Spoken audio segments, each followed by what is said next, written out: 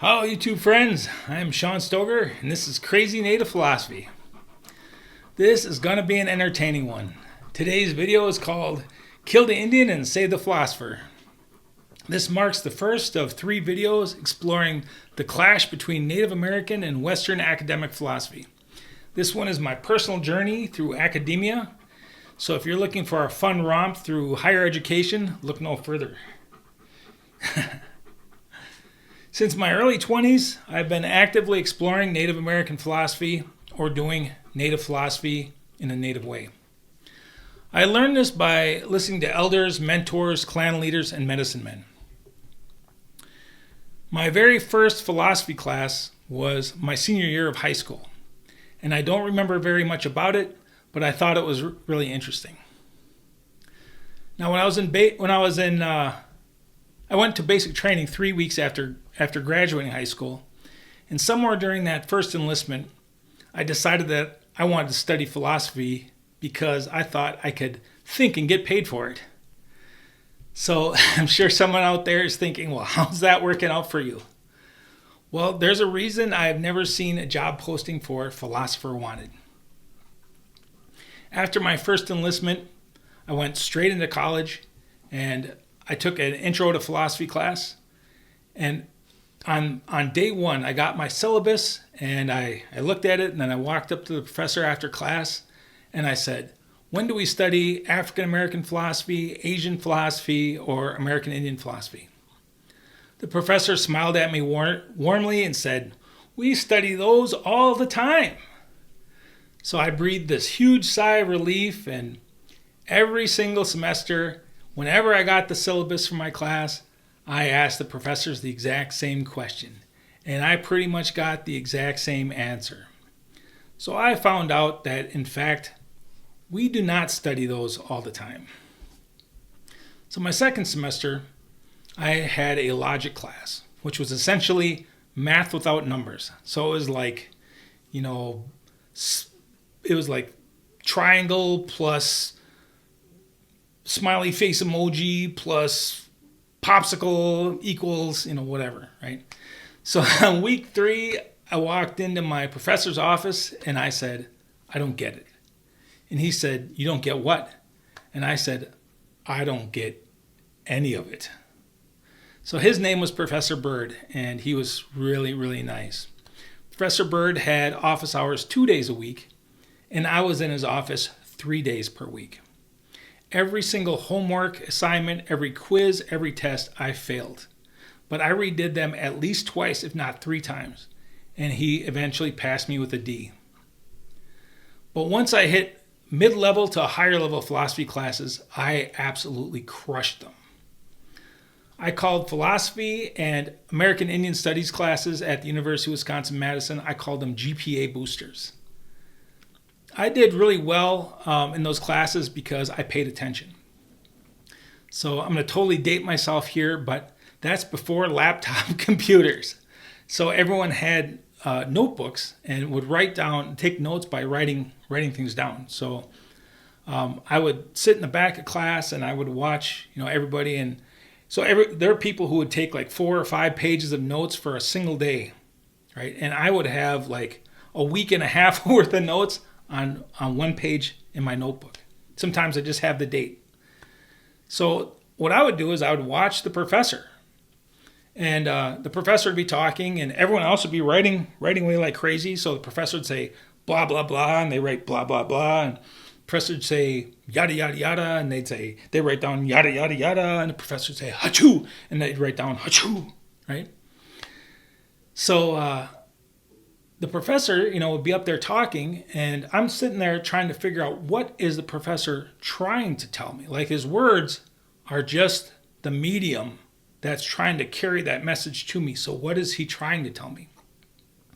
And when he's up there trying to explain things to me, if I didn't understand, I'm the only one that's paying attention. Everyone else is writing in this notebook. So I would make a face like I don't get it. And then he would explain things, or she would explain things in greater detail. And then when I kind of got it, they would go on, right? So after class, we'd have discussion sections, which are led by the TA or the teaching assistant. And in these discussions, I'd I'd start talking about what I thought the professor meant. And pretty soon, I'd say just what I was paying attention. And after class, this happened, I don't even know how many times, but I would have anywhere from 2 to 5 students standing around my desk asking me questions after class. And the TA would be standing up there all by themselves, just looking all pissy pants, And it was just because I paid attention. So undergraduate work in philosophy is about arguing points. And I always thought of it like mental boxing. So my last 6 months in my first enlistment of the Army, I was on the 101st Airborne boxing team. And so when I walked into philosophy, and we got to argue like this, I thought about it like dominating, destroying, and Hulk smashing my opponents. And I loved it, right? Western philosophy loves classifying things into categories. So there's like existentialists and empiricists and Socratic view, and this argument is in line with Hume's philosophy on whatever. And then academic philosophy has all these isms, right? There's solipsism and Platonianism and Kantianism, and I couldn't tell you what any of those are today. The fancy trick is to ensnare your opponent into one of these neat and tidy little boxes. And in boxing, that's called controlling the ring. So what you do is you corner them, you back them into the ropes, and then you just pound away to victory.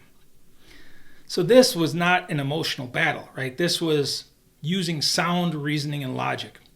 And then you find holes in their defenses and you mercilessly crush them. And so, of course, I loved it. Now, it's funny that outside the halls of academia, when you tell people you're studying philosophy, you get these really kind of funny reactions. So the first couple of years out of the Army, and when I was in college, I was the vice president and president of the Delta Chi fraternity. And I would meet parents of my fraternity brothers, and we'd all be standing around and they'd ask us what we're studying. And, my fraternity brothers would be like business, engineering, economics. And then they'd ask me and I'd say philosophy. And the parents would get this kind of weird smile and they'd say, philosophy, huh? Oh, so you must be the thinker. And I always think, well, isn't everybody? I just thought that's so weird. So this one Thanksgiving, I was at my grandpa and grandma's house, and I grew up helping my Uncle Mark work on car engines.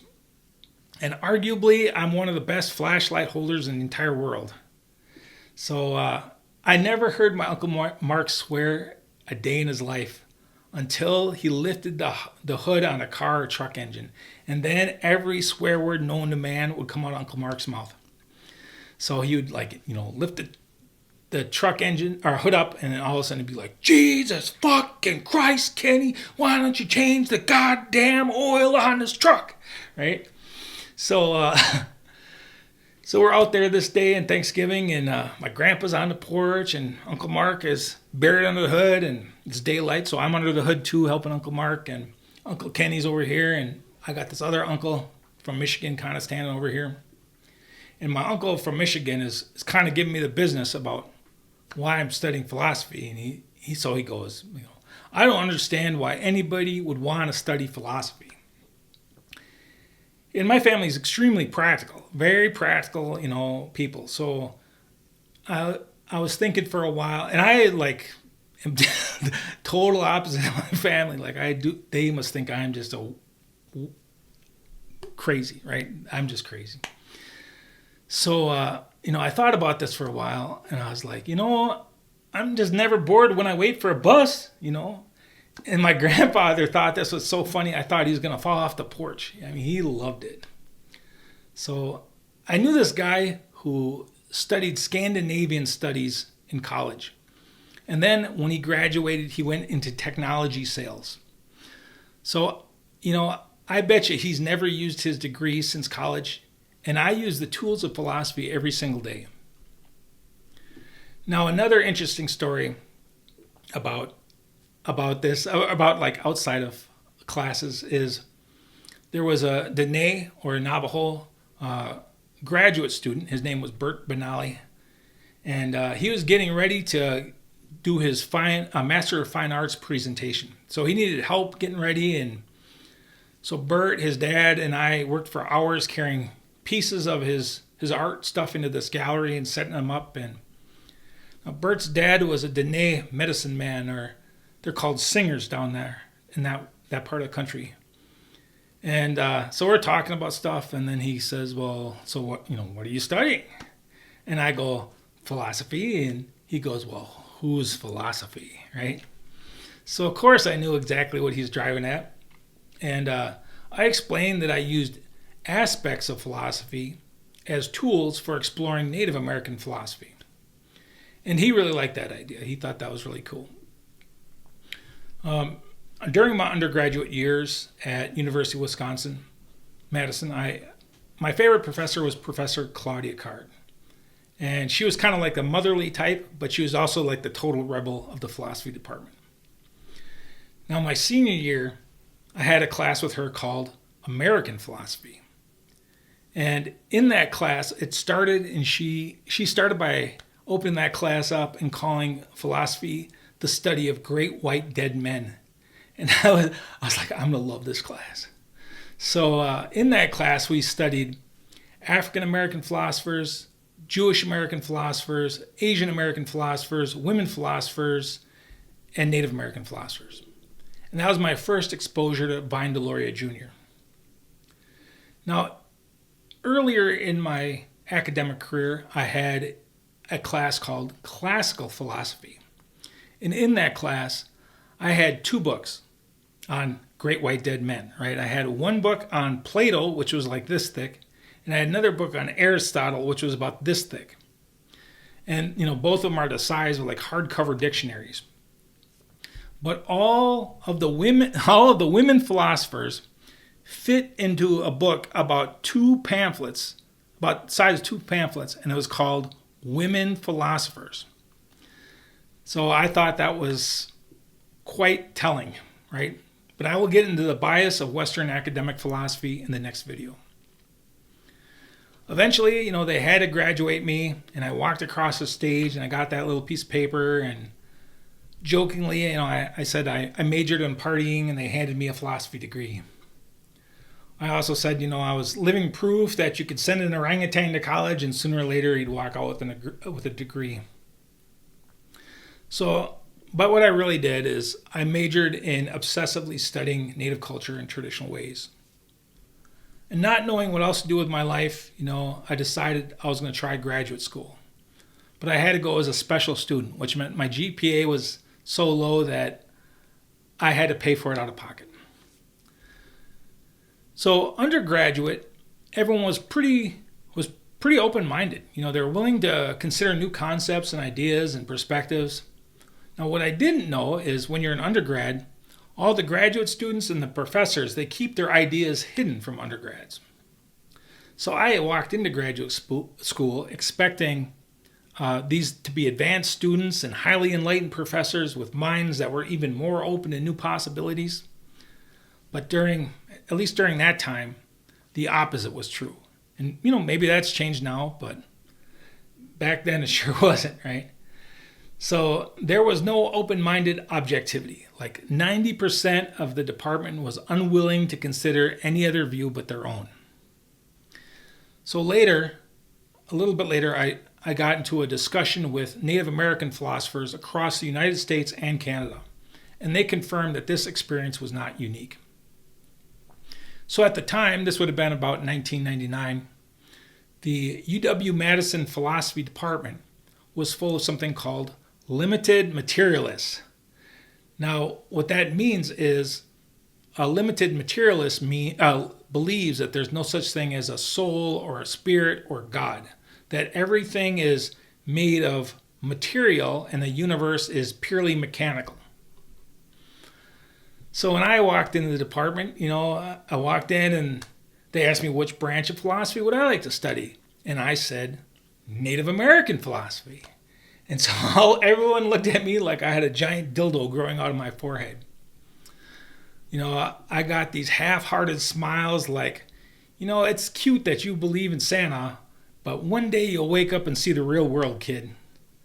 So from, most of these people, I was this disillusioned young savage with amongst the world's greatest minds, right? Now, Professor Claudia Card, she had this strong hold of free thinkers in the department, and I always compared that to the Rebel Alliance in Star Wars hiding away from the evil empire. So even though the department was limited materialist, there were actually a surprising lot of good-looking women in the philosophy department. And many were quite interested in a young native looking to rage against the machine. So one day I challenged the department chair's views in front of the entire class. He mentioned that he had a very young daughter, and he was talking about limited materialism and that there was no such thing as the soul or spirit or love. And I said, well, how can you look your daughter in the eye when she says that she loves you and tell her that she doesn't really love you, that those are just chemicals in your brain going swish, swish, swish? And he shrugged it off with a laugh, ha, ha, ha. But I could tell by his body language and demeanor that it really cut him deep. So good times with hot philosophy women aside, I realized very quickly that graduate school was not for me. And I decided not to go another semester. So I left academic philosophy, and a little later that fall, Claudia Card contacted me and asked if I wanted to join an international group of American Indian philosophers. And I said, of course, right? I mean, how awesome is that? So Claudia hooked me up with Dr. Ann Waters, who was the head of the American Indian Philosophy Association. I joined that group and I entered into 2 discussions, and it was exactly what I was looking for.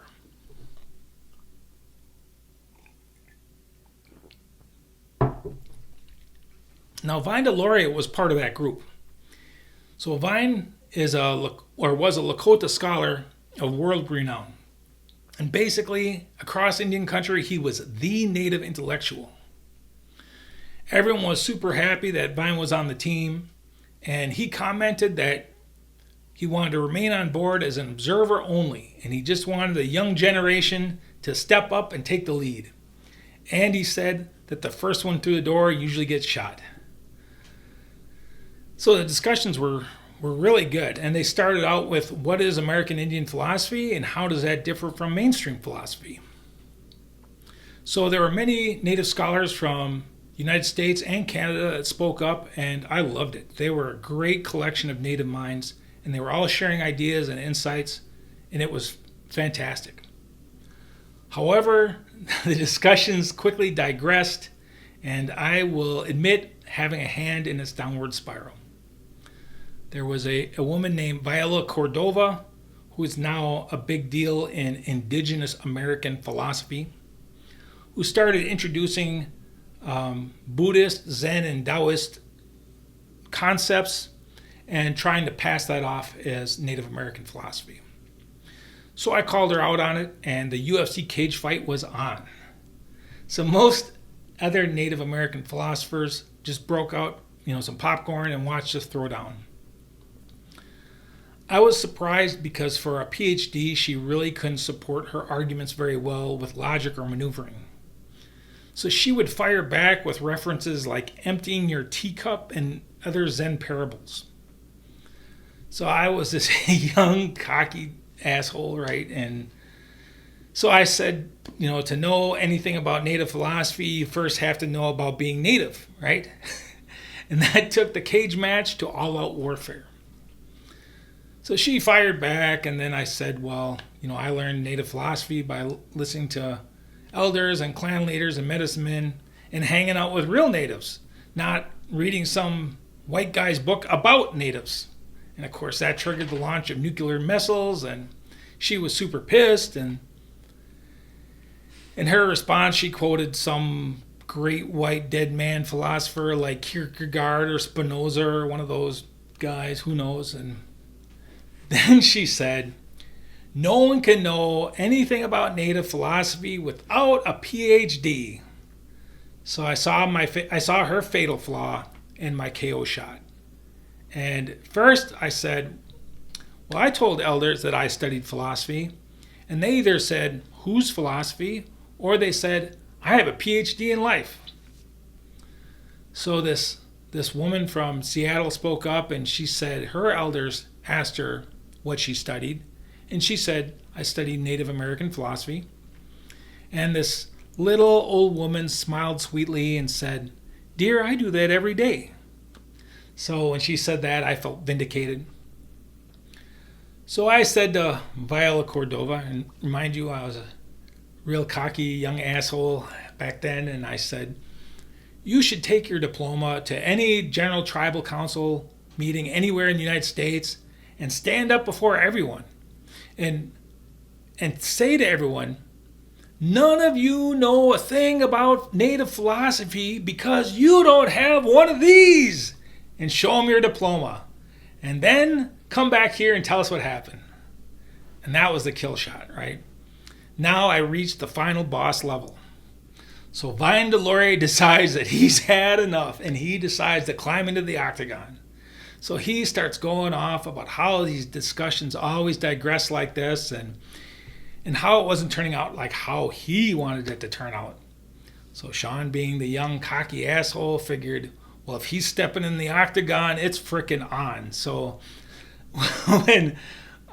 so I said to him, when we started out, I asked directly for your advice, and you said you wanted the young ones to stand up and take charge, and I'm standing up and I'm taking the lead, and now you're bitching because you don't like how things are going, and well, thanks for nothing.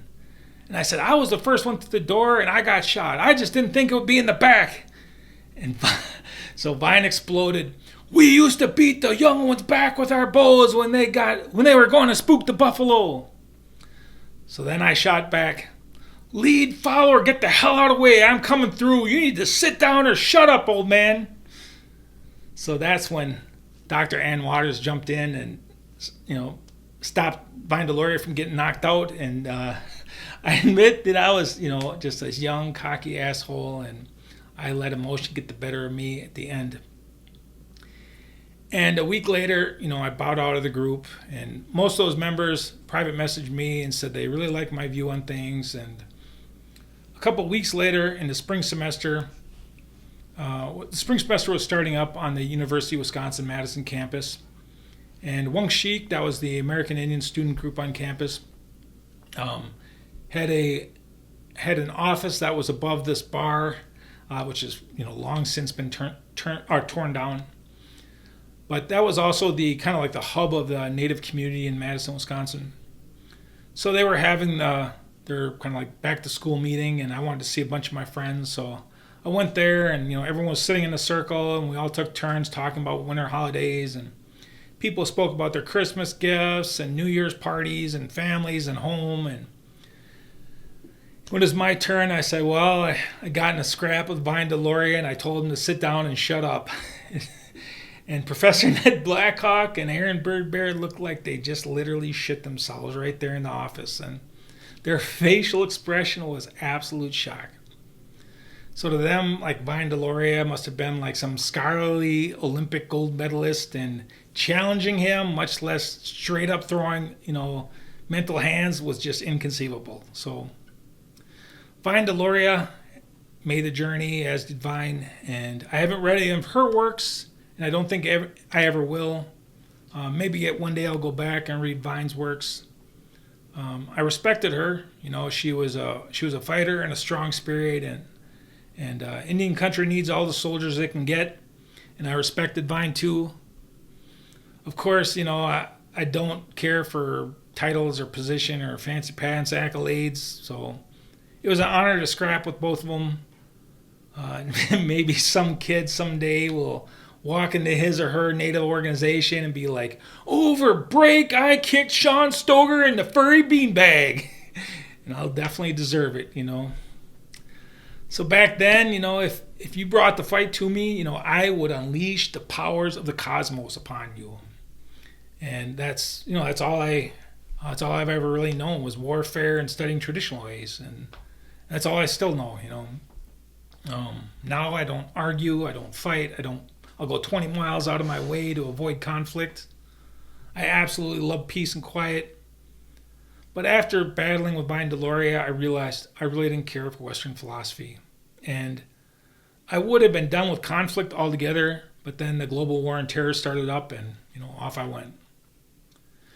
So I enjoy the intellectual rigor of philosophical thinking. I enjoy examining tools from or topics from multiple angles, exploring topics in precise detail, contemplating things for a long time and very deeply.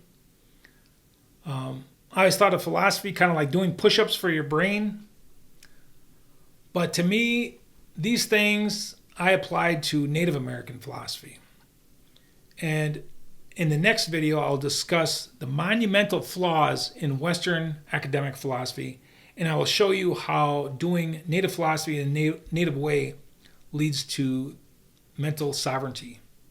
So, aho, matakiase.